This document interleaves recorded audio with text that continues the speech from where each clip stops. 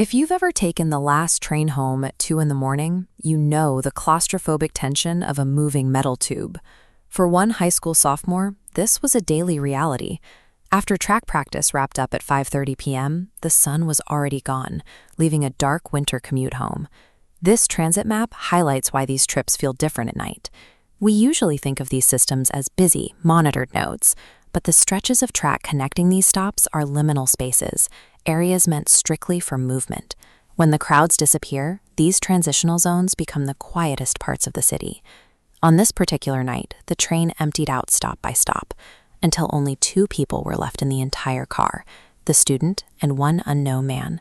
Outside, it was well below freezing, yet the stranger was sitting there dressed for summer in a short-sleeved shirt and shorts. He wasn't making any sudden movements.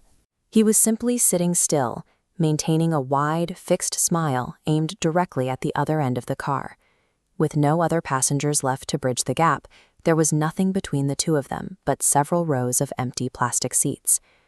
The train reached the final stop just as a blizzard rolled in, burying the platform in whiteout conditions.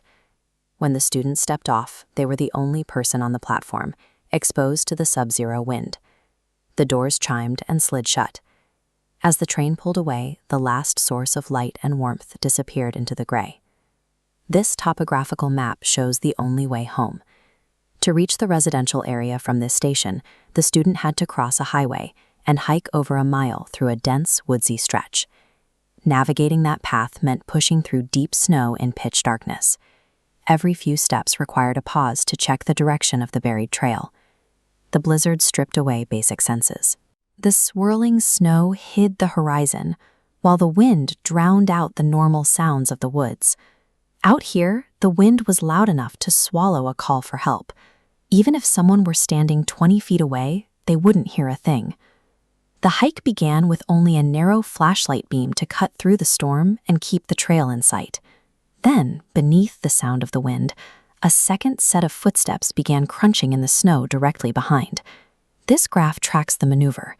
The blue line shows the student increasing speed to see if the sounds are an echo. Notice the red line.